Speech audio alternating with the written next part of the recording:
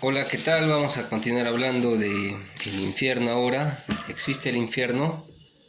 ¿De dónde viene esta palabra? ¿Cómo es que todo empieza a llegar así hasta nuestros días? ¿En qué momento diversos credos, diversas ideologías pues toman esta postura, ¿no es cierto? La filosofía habla de todo esto. ¿Cuántos tipos hay? ¿Quiénes están ahí? ¿Cuál es su origen? ¿Cuáles son las primeras palabras con las que pues se rastrea toda esta parte? ¿Qué te dice la neurología finalmente? ¿Y qué experiencias similares he tenido? ¿No es cierto? Ya, vamos a empezar entonces hablando de los libros. Uno de los libros más conocidos es el libro de Dante, ¿no es cierto? De Dante Alighieri, que nos habla sobre un ratito. ¿Está? Ladrando el perro de tres cabezas. Es Cerbero, creo. Ya. Entonces, ya. Empecemos. Vamos a partir del más conocido, ¿no es cierto? De cuando Virgilio, que es el autor de la Eneida, atentos, es Virgilio el autor de la Eneida, es un gran poeta, pues se encuentra eh, con, una, con Dante, vamos a decir así, ¿sí? Y Dante pues baja al inframundo. Él quería, en forma simbólica, pues dice el poema, en el canto primero, que él quiere subir a través de una ladera y no le deja pasar un león, no le deja pasar un lobo y otro animal más, ¿no es cierto? Haciendo referencia a diversos pecados. Aparece Virgilio, que es mandado por Beatriz, que es la amada de Dante. No sé si es Dante el que baja, pero vamos a poner lo que es Dante. Y pues con Virgilio que empiezan a bajar, ¿no es cierto?, al infierno.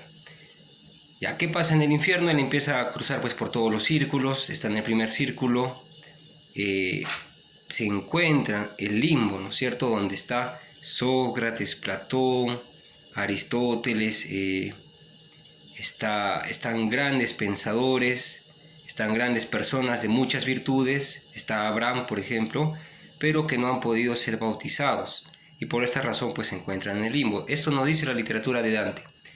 Continúa él avanzando, él pasa por una barca, ¿no es cierto?, por un río, creo que es el río Aqueronte, claro, y Caronte viene a ser el barquero.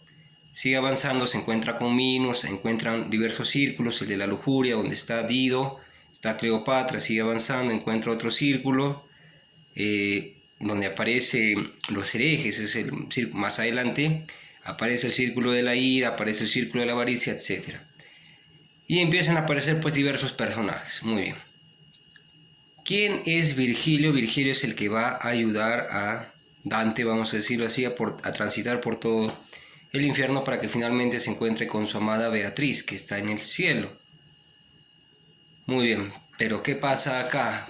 ¿Por qué Dante pone a Virgilio? Porque Virgilio es el autor de la Eneida.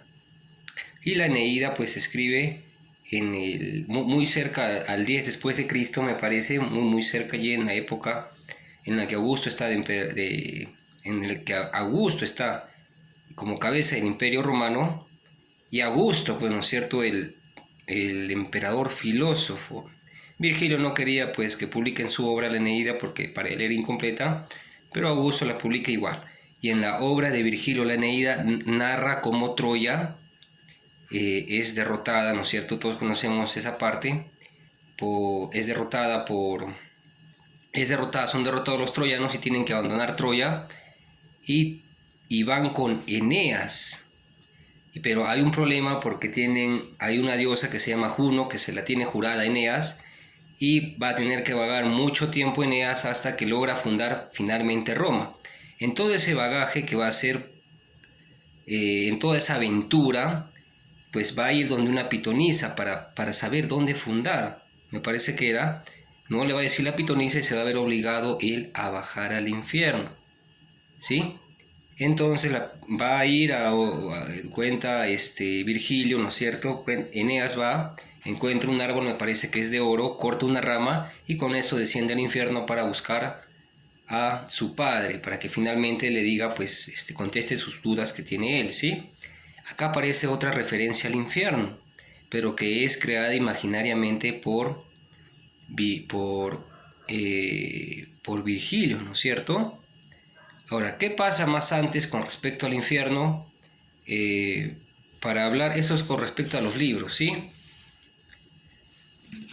Muy bien. Ahora, ¿qué pasa antes de Virgilio, pues con respecto al infierno?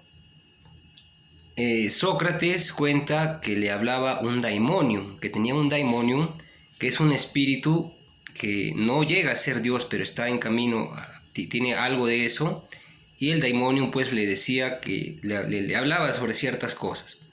Acá vamos a parar un rato. ¿Qué sucede?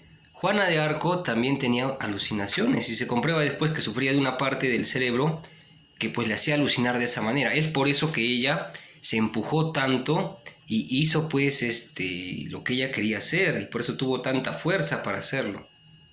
Ahora, no han sido los únicos personajes, pudo haber sido tal vez Sócrates. Por eso es que él, pues totalmente consciente de que hay un mundo, digamos, espiritual para él, pues él elige morir, ¿no es cierto? Como ya todos pues conocemos que muere acusándolo falsamente, y termina pues muriendo, ¿sí?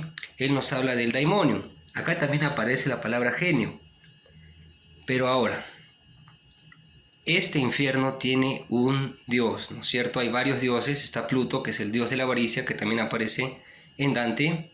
Y ya vemos que Sócrates en el 300 a.C. pues nos habla de un daimonium. Ahora, estas palabritas aparecen recién. La palabra alma aparece con Heráclito. Está en Heráclito y Parménides, no me acuerdo ahorita cómo específicamente, pero sucede pues que había una piedra que se llamaba magnetita, que es con lo que se hacen los imanes, que es similar al imán. Y esa magnetita pues movía las cosas. Entonces debe haber algo en su interior, y a partir de ahí aparece la palabra alma. La palabra genio es un espíritu que tenemos que pues nos cuida, ¿no es cierto? Que es similar al demonio. Entonces esas palabras tienen ese origen. ¿Cómo aparece la palabra ser y no ser? ¿Cómo aparece la palabra alma? El ser aparece pues a partir de que empiece a nacer la filosofía, ¿sí? Con el ser y el no ser. Eso también tiene que ver con Heráclito y Parménides. ¿Cómo se describía el no ser? Se ponía puntos suspensivos y no se ponía nada. ¿Cómo se describía? Y cómo se describía también al no ser más adelante con el X y con la Y. Bueno, no se ponía puntos suspensivos, pero se dejaba el espacio en blanco. Sí, es una forma de contar esa parte. Entonces, rastreando todo hasta el 700 a.C., ¿qué significa la palabra morada? Modo de ser. Por ejemplo, porque no podemos habitar en todas las diferentes cualidades que tiene una persona, ¿no es cierto? Cada uno habita en una casa, si eso es modo de ser.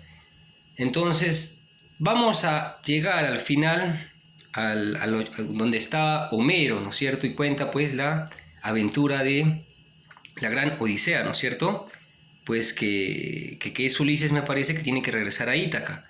Y allí aparecen pues los dioses, ¿no es cierto? Pero esto es literatura, ¿sí? Si hay el mar, pues está el dios del mar, que va a ser Poseidón, ¿no es cierto? Está Mercurio, que es un dios que va a ser muy rápido, que va a comunicar, mensajes. Está Júpiter, ¿no es cierto? También en Dante, en todos los Mercurio, Venus, Tierra, Marte representan a diferentes cielos, ¿sí? Entonces, con Homero pues se evidencia que es una creación literaria. La religión romana nunca ha sido una religión, porque se sabía pues que no existía Atenas, por ejemplo, ¿no es cierto? Y de la misma forma pues el infierno tiene que tener un dios, ¿sí? De acá viene toda esta parte. Ahora, ¿qué pasa? ¿Por qué toma tanta fuerza Kepler, que es uno de los más grandes astrónomos, parte de la astronomía? Estudia esa parte, las dos, astronomía y astrología. ¿Por qué? Porque todo en los grimorios, que datan de 1300 para adelante, algunos, aparece también las ciencias de la adivinación a través de los planetas. ¿Y por qué? Pues porque con Pitágoras, ¿no es cierto? Que él tiene un mago, por ejemplo, eso es 400 a.C., me parece, tiene un maestro que es mago, pues imagínate que vean lo que hace con los animales, a veces la luna, o lo que hace con las aguas la luna, entonces directamente van a pensar que tiene una influencia. Y en los tiempos de Kant se pensaba, aún en los tiempos de Kant, 1500, 1600, 1700, se pensaba aún que los planetas serían empujados por ángeles. Entonces hay toda una literatura pues que se tarda en caer, digamos, y va cayendo poco a poco. Es por esta razón pues que esto llega hasta acá. Ahora, ¿por qué toma tanta fuerza el tema del infierno? Eso hemos visto los libros que aparecen, el origen, las palabras, ¿no es cierto?, relacionadas. Muy bien.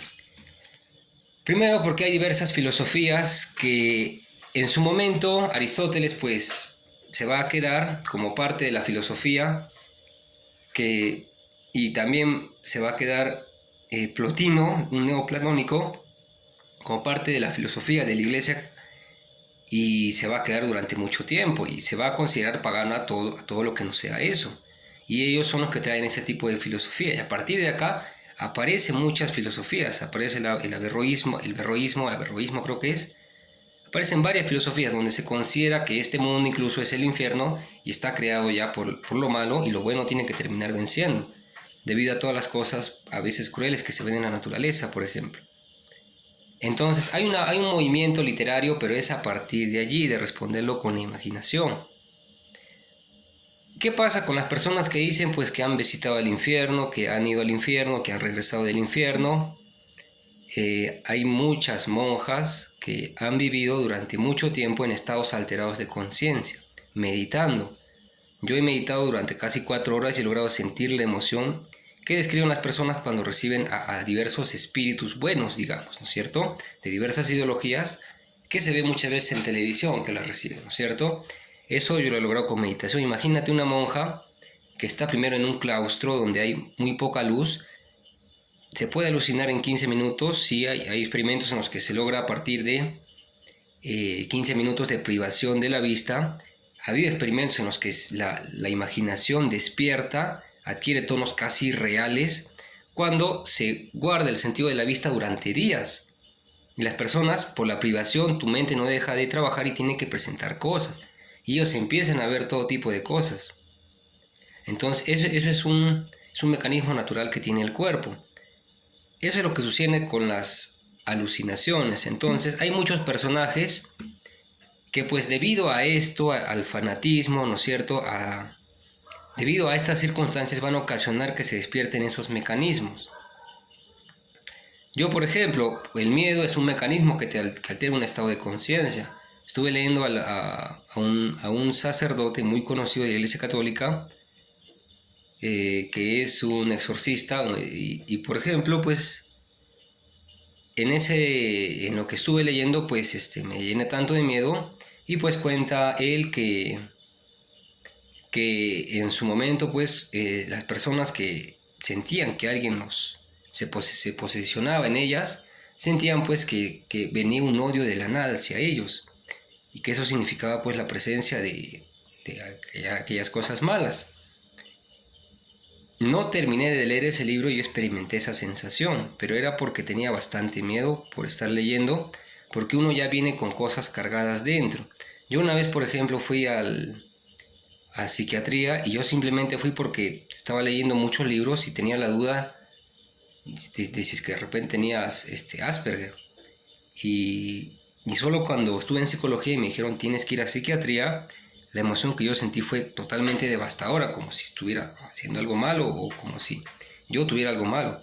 Y eso fue simplemente pues porque en mi niñez todos hemos visto diversas películas en las que pues en la psiquiatría se habla del cerebro, se hace una lobotomía, son cosas bastante feas, ¿no es cierto? Entonces, mucho de lo que hemos guardado después sale, sí, y sale de diversas maneras, sin que lo pensemos, sin que lo aceptemos, y es esto lo que se va dando, pues. Por esto es que toma tanta fuerza. ¿Y qué más pasó? Pues que después, por el miedo, bueno, eso ya lo cuento más adelante cuando hable de los fantasmas. Entonces, eso pasa. Ahora, ¿qué sucede? Sucede pues que en los libros de los grimorios ellos te hablan, por ejemplo, de bastantes cosas y trabajan directamente con plantas, trabajan con azufre, trabajan con mezclas que van a ocasionar pues que una persona entre en esos estados. Entonces, esto pues imagínate, va a alterar totalmente el estado de conciencia y imagínate esto hace que no se sabía hace 2000 años, hace 500 años, pues va a causar todo un movimiento y todo un miedo y se va a posicionar así, digamos, en la creencia de muchas personas. Es por esta razón que toma tanta fuerza. Carl Sagan cuenta incluso pues de que en sus ensayos sobre El martillo de las brujas, que es el libro con el que con la que aparece la Santa Inquisición, él hace una crítica y cuenta pues cómo a veces pues encontraban a personas que trabajaban con esto, eh, con estas plantas, y obviamente pues lo que va a hacer es que va a tener un efecto de alterar la conciencia y pues van a empezar a ver cosas que no hay. Y esto es pues lo que ocasiona que se creen todas estas leyendas que lleguen hasta nuestros días. Muy bien. Eso es lo que yo he averiguado del infierno. Las he visto, bueno, en su momento, cuando empecé a estudiar este tema tenía mucho miedo y debido por cosas anteriores así que pasé y debido a esto pues he tenido esos estados alterados de conciencia, ¿no es cierto? Pero fuera de esos estados alterados de conciencia he abierto después más libros y no ha pasado nada. ¿Qué es lo que pasa? ¿Por qué a veces no se puede tener tanta fe del testimonio de estas personas? Porque no saben diferenciar entre lo que es un estado de alteración de conciencia de lo que podría ser algo real. Ellos lo viven todo como real y caen en una falacia, que no existen los estados alterados de conciencia. Pero no, si has tenido 20 cosas y de esas 20 cosas pues por lo menos reconoces que 10 han sido por el miedo simplemente, pues se sobreentiende que te das cuenta, sabes diferenciar, pero ellos no ven esto. Ellos no saben controlar esta parte. Esas vienen a ser las diferencias pues que pasan y por eso es que hay muchas personas pues que realmente creen en esto. Ahora, el poder de muchas plantas es totalmente desbordante. Hay muchas plantas que inducen estados que son para no creer. Por ejemplo, hay una persona, cuenta un neurólogo, que pues cuando probó ciertas plantas o ciertos compuestos, pues esta persona empezaba a verse su cuerpo y empezaba a ver cómo aparecían soldaditos en su cuerpo y empezaba a ver una guerra. Esto pasa a las 8 de la noche. 12 horas después, esa persona se da cuenta que son las 8 de la mañana y sigue viendo la misma pelea. Hay personas que, bueno, ya cuando hay algún síntoma clínico, cuando hay algo más fuerte, ya algo clínico, pues cuentan que se sienten volar sobre cataratas y avanzan por allí y les pasa cosas mágicas, pero simplemente ellos se encuentran encima de su cama. Pero ya son otros tipos de estados. Entonces, ¿qué es lo que sucede? Muchas de estas personas pues no diferencian esta parte y creen que todo va solo por un camino. En realidad, de todo eso que viven, digamos ya, tienen que diferenciar las 3 o las 4 posibles cosas distintas que puedan estar pasando. Y eso es pues a veces lo que no sucede. Muy bien, hasta aquí va este video. Ya subiré otros videos.